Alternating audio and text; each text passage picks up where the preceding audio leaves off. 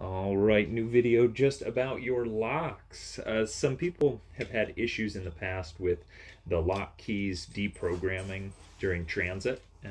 What I'm thinking it's related to is the magnetic scanners that they use in some sorting facilities somehow demagnetize the keys.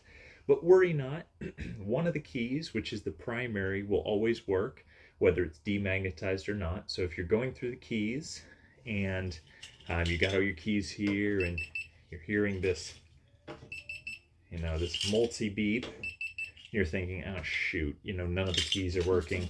But then you come across one key, which unlocks the lock. That's the key we're going to start with. Pretty straightforward.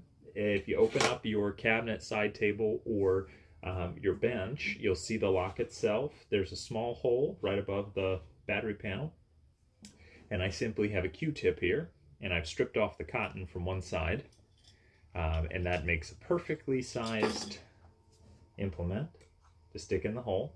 What you're going to do for the reset button is simply press it down, hold it until the lock unlocks, and then let go of the reset button. What that does is puts the lock back in original default mode, okay?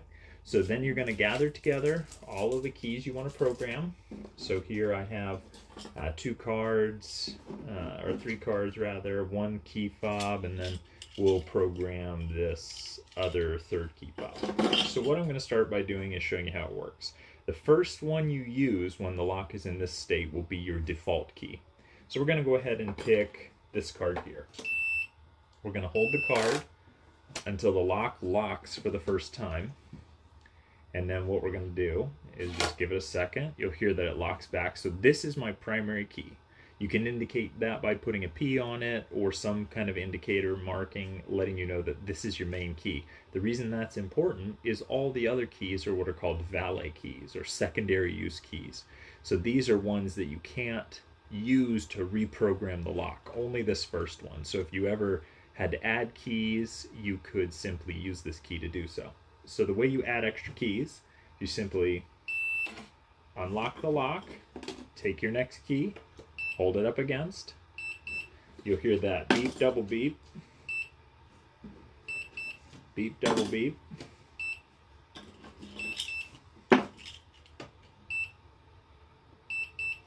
All right, so that now has all 4 keys and the primary key programmed. So, or primary key rather, programmed. So we'll just test it. There goes the first one. I'll test this one. Okay, that one's working. Test the one on the keychain. All right, that's working. Test this last one. All right, so it looks like they're all working. Now, a second option to do this, same. Unlock it just like that. And then what you're going to do is use your program key to go ahead and unlock. And then you can program the keys before it locks for the first time. So there's a couple of ways to do this. You don't have to wait till it locks and unlocks. So if you want to just program your primary key, then immediately go into programming the other keys, totally fine to do that route as well.